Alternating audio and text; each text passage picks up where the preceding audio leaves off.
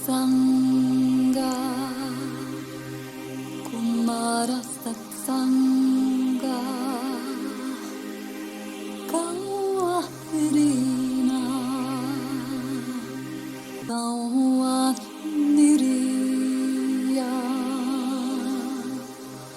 Kumara Satsanga, Kumara Satsanga.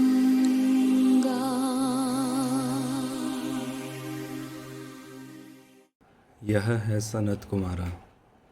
मुझे नमस university अर्थ spiritual university में हमारे पाठ पॉडकास्ट संख्या 85 में आपका स्वागत करते हुए खुशी हो रही है। अपने व्याख्यान संख्या 82 में भगवान बुद्ध ने आपके व्यक्तिगत विकास के बारे में बात की।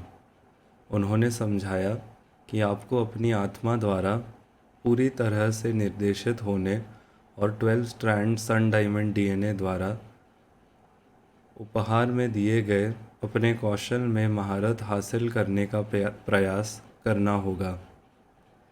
यह आपके भविष्य की कुंजी है। इस पाठ संख्या 85 में मैं समझाऊंगा कि कैसे अंधेरे ताकतों ने आपके शरीर को ऊर्जाओं से रोककर और आपकी आत्मा से आपके संबंध को अवरुद्ध करके हज़ारों वर्षों तक आपको हेरफेर किया।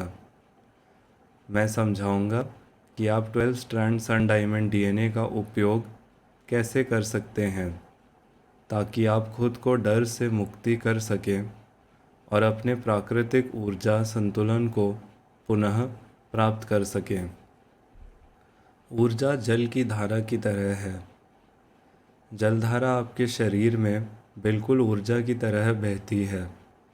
जलधारा में भंवर होते हैं जहाँ पानी तेज़ गोलाकार गति में बहता है। ये भंवर आपके चक्रों की तरह है। अगर प्रवाह में कोई बाधा ना आए तो धारा बहती रहेगी। लेकिन हमारा जीवन एक जटिल चीज़ है। कभी कभी कई चीज़ें धारा में गिर जाती हैं और पानी उससे होकर नहीं निकल पाता। लेकिन अगर जल मार्ग साफ हो जाए, पानी बहता है तो ऊर्जा बहती है। यह मानव शरीर के लिए भी सच है। चक्र ऊर्जा भंडार है और हर एक का अपना उद्देश्य होता है और एक विशेष भूमिका निभाता है। वे कुछ प्रकार की भावनाओं से अवरुद्ध हो सकते हैं। पहला चक्र पृथ्वी चक्र है, जो रीढ़ की हड्डी के आधार पर जीवित रहने के लिए जिम्मेदार है। यह डर से अवरुद्ध होता है। दूसरा चक्र जल चक्र है और आनंद के लिए जिम्मेदार है। यह अपराध बोध से अवरुद्ध होता है। तीसरा चक्र सौर जाल में अग्नि का चक्र है और इच्छा शक्ति का प्रभारी है। यह शर्म से अवरुद्ध होता है। चौथा चक्र हृदय चक्र है और यह प्रेम का प्रभारी है और दुख से अवरुद्ध होता है। पांचवा चक्र गले का चक्र है और सत्य के लिए जिम्मेदार है तथा झूठ द्वारा अवरुद्ध है। छठा चक्र प्रकाश का चक्र है, जो माथे के बीच में है। यह अनुभूतियों का प्रभारी है तथा भ्रमों द्वारा अवरुद्ध है। सातवां चक्र सिर के शीर्ष पर एक मुकुट चक्र है तथा यह ब्रह्मांडीय ऊर्जाओं को प्राप्त करने का प्रभारी है तथा यह पृथ्वी के लगाव द्वारा अवरुद्ध है। भय, अपराध बोध, शर्म, दुख, झूठ, भ्रम, लगाव, ये सभी अंधकारमय शक्तियों के साधन हैं जो हज़ारों वर्षों से आपकी आत्मा से आपका संबंध, आपके आत्मा परिवारों से संबंध, अन्य राज्यों के प्रतिनिधियों और पृथ्वी के बाहर के सहयोगियों से आपका संबंध बंद करके आपकी जागृति को अवरुद्ध कर रहे थे। डर के कई प्रकार हैं, सशर्त, बिना शर्त। इस अवतार में अनुभवों से सीखा हुआ और पिछले अवतारों से बिना शर्त। यह आपके विभिन्न अंगों और सतहों के पीछे छिप जाता है। अगर छोटी छोटी घटनाओं से भी यह ट्रिगर हो जाए। आज मानवता अपने परिवार और प्रियजनों के अस्तित्व के लिए निरंतर भय में रहते हैं। आय का स्रोत बनने वाले काम के लिए निरंतर भय है। स्वास्थ्य समस्याओं का डर, उड़ान का डर, पानी, आग और कई अन्य चीज़ों का डर। यह सूची बहुत लंबी हो सकती है। यह इतनी लंबी हो सकती है क्योंकि आप में से लगभग हर किसी के मन में कई तरह के डर हैं और बहुत कम लोग जानते हैं कि उन्हें कैसे प्रबंधित किया जाए। अपराध बोध, शर्म, दुख, झूठ, ये सभी डर के व्युत्पन्न हैं। ये आपके डर की वजह से आते हैं कि आपने कोई गलती की है, कुछ नहीं कहा, कुछ नहीं किया, ज़रूरत पड़ने पर मदद नहीं की, झूठ बोला, और मैं आगे भी जारी रख सकता हूँ। हमारे भ्रम वास्तविकता को देखने के डर से निकलते हैं और हमारी धरती से जुड़ी आसक्ति स्वतंत्रता के डर से बढ़ती है। अगर आप अपने डर को मिटा देते हैं तो आप अपनी ऊर्जा के सभी अन्य अवरोधों पर काबू पाने में सक्षम हो जाएंगे। ये सभी भावनाएं डार्क फोर्स को आपके साथ छेड़छाड़ करने और आपके कम आवृत्ति कंपन को इकट्ठा करने में सक्षम बनाने के लिए प्रवेश बिंदु भी है। हाँ, आपने सही सुना। मानवता जितनी अधिक दर्द और पीड़ा की कम आवृत्तियों पैदा करती है, उन्हें गवाह भी कहा जाता है। जितना अधिक आप डार्क फोर्स को सक्षम कर रहे हैं। पृथ्वी और मानवता को हमेशा भोजन और संपन्नता के स्रोत के संदर्भ में माना जाता है। गवाह का सबसे अच्छा टुकड़ा पाने के लिए डार्क फोर्स के बीच लगातार लड़ाई चल रही थी। यही कारण है कि उन्हें लगातार डर, अपराध बोध, शर्म, दुख, झूठ, भ्रम, व्यसनों और लगाव में रहने में आपकी दिलचस्पी है। ऐसे पूरे उद्योग हैं जो ऊर्जा को निम्न स्तर पर रखने के लिए फिल्में, शो, समाचार और उत्पाद जारी रखते हैं। युद्ध संघर्ष एक अलग और बहुत कठिन विषय है। युद्ध क्षेत्रों के देशों के क्षेत्र विशाल ऊर्जा भंवर में बदल जाते हैं।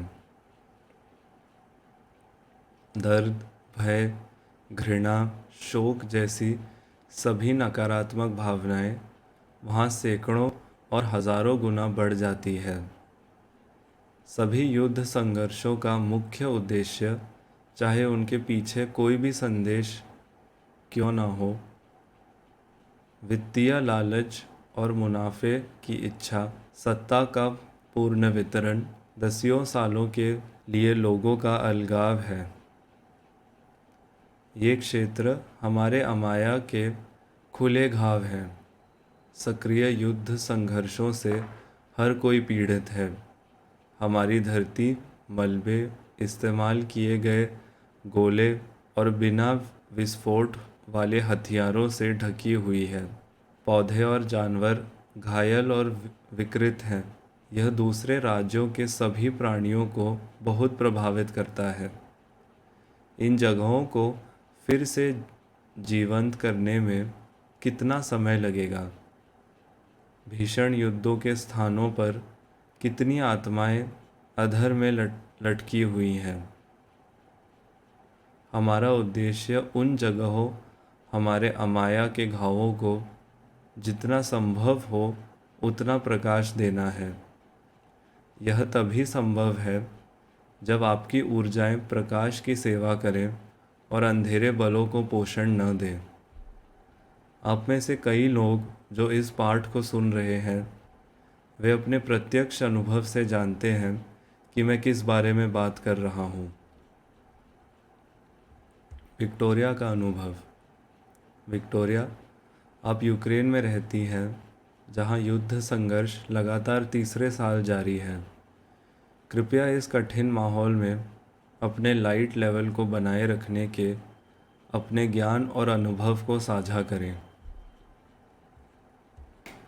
हे प्रिय सनत कुमारा, मैं इस प्रश्न के लिए आभारी हूँ। इसका उत्तर एक साथ बहुत आसान और बहुत जटिल है। युद्ध छिड़ने के बाद से मैंने कभी भी भय की प्रबल समग्रता का अनुभव नहीं किया है, लेकिन कभी कभी वह कहीं गहरे से बाहर निकल जाता है। उदाहरण के लिए, जब कुछ बहुत अप्रत्याशित हो रहा होता है, हथियार बहुत पास में फटते हैं या रॉकेट सीधे मेरे सिर के ऊपर से उड़ते हैं, लेकिन मैं महसूस करती हूँ, देखती हूँ और सुनती हूँ कि कैसे भय मेरे साथी लोगों को जकड़ रहा है। उनमें से कई, और विशेष रूप से बच्चे, पैनिक अटैक से पीड़ित हैं। युद्ध की अवधि और चल रही प्रकृति को देखते हुए यह संख्या हर दिन बढ़ रही है।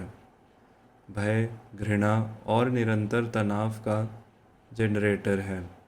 परिणाम स्वरूप स्वास्थ्य समस्याओं की संख्या लगातार बढ़ रही है, विशेष रूप से मानसिक स्वास्थ्य समस्याओं और ऑन्कोलॉजी की संख्या। अगर कोई व्यक्ति लगातार चिंतित रहता है तो उसके लिए मानसिक स्थिति और भावनाओं को संभालना बेहद मुश्किल होता है। युद्ध शुरू होने पर मुझे ऐसा ही महसूस हुआ। पहले ही दिन मैंने फैसला किया कि अगर निर्माता को यहाँ मेरे जीवन की आवश्यकता है तो मैं सुरक्षित रहूँगी। अगर मुझे पृथ्वी छोड़ना पड़े तो मैं इससे भाग नहीं पाऊँगी। तब से कुछ भी नहीं बदला है। युद्ध नहीं रुका है, लेकिन स्थिति को जैसी थी वैसे ही स्वीकार करने से मेरी भावनात्मक स्थिति में सामंजस्य स्थापित हुआ है।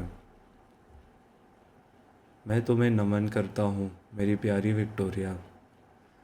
तुमने वही कहा जो मैं सुनना चाहता था। तुमने बताया कि डर की स्थिति में रहना और पूरी तरह से उसमें जकड़ जाना कितना खतरनाक है, और समझाया कि इसके क्या परिणाम होते हैं। अपने डर को स्वीकार करना, उसके साथ आपकी खुली बातचीत और उससे मुक्त होने के अपने स्पष्ट इरादे को व्यक्त करना आपको लंबे समय से प्रतीक्षित स्वतंत्रता पाने में मदद कर सकता है। यदि डर लंबे समय से आपका मार्गदर्शन कर रहा था और आपने उसे पोषित किया, तो आपका डर निचले आयामों से एक प्राणी बन सकता था। आप 12 स्ट्रैंड सन डायमंड डीएनए पुस्तक में अपने अहंकार कक्ष को साफ करने के बारे में अधिक जान सकते हैं। आप अपने डर को अपने अहंकार कक्ष से बाहर निकलने के लिए कह सकते हैं। उसकी आँखों में देख सकते हैं, प्यार से देख सकते हैं, जैसे किसी की प्यारी माँ शरारती बच्चे को देख रही हो। उसने आपको जो सबक दिए हैं उसके लिए अपना आभार व्यक्त करें और अपने डर को बताएं, मैं तुम्हें प्यार से मुक्त करता हूँ। मेरा विकल्प डर से मुक्त होना है। मैं स्वतंत्र हूँ, मैं स्वतंत्र हूँ, मैं स्वतंत्र हूँ। आज मुझे बस इतना ही कहना है। मैं पाठ संख्या 86 के साथ एक और रहस्योद्घाटन के साथ वापस आऊँगा। प्रेम और कृतज्ञता सहित यह थे सनत कुमारा। इस व्याख्यान की प्रस्तुति विक्टोरिया कृपा ने की और इसे ऋषि देवगन ने अपनी आवाज़ दी। Kumara Satsanga Kumara Satsanga